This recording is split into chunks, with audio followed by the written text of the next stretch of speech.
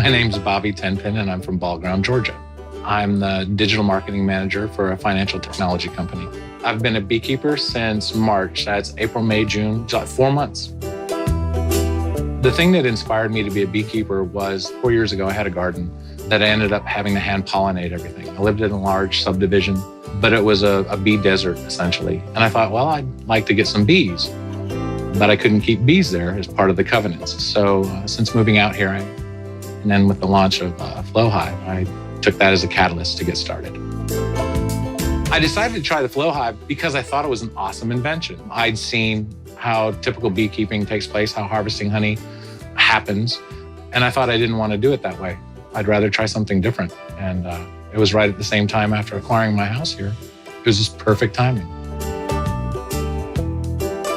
I think tending my bees is very cathartic. After a busy, stressful day, getting out there and working with the girls is calming. It's made me more conscious of the things that I do.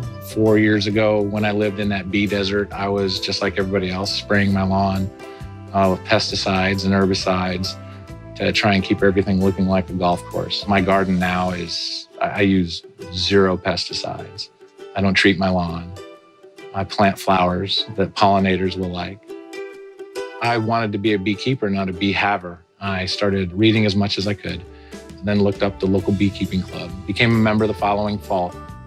Beekeeping is easy if you know what you're doing, and it's not a set it and forget it proposition. You just don't stick bees in a box and get honey later. They have to be tended to. So join a bee club, read books, watch YouTube. The one thing that comes to mind that's the funniest to me is riding home from work one day, getting a phone call from my wife. And she says, "Honey, your bees are swarming."